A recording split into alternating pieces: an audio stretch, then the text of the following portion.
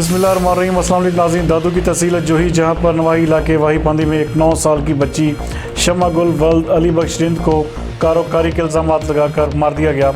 हमारे district reporter गुलाम Rabbani Bloch के मुताबिक इस मामले को पुलिस और शहर के लोगों से छुपाया गया, जबकि इस राज को जनाजा पढ़ाने वाले एक मौलवी ने फाश कर दिया।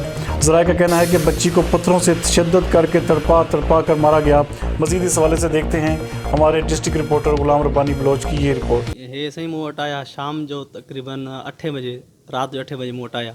ते साईं रिंद हुया माना त रहंदा हुआ पंहिंजे शाही मकान, हुते रहनि पिया। हुननि चयो त साईं जनाज़ो निमाज़ पढ़ाइणो आहे। बसि ठीकु आहे साईं। पोइ 2 ॼणा आया, टियों माना तिन सां रुस्तमाणी में गॾु हुयो। আমি ত্রং দিদি আমি কোডা পট্টা করে দারা বলে করা तो बिने बसरा मार भाई এই যে তো সময় না अरे ढक क्या मार ढक दाव दे आई मना आओ मगर আমরা কি अरे पसा पे पसा मजा आली रे एक करेने इशे चढ़ता कब तक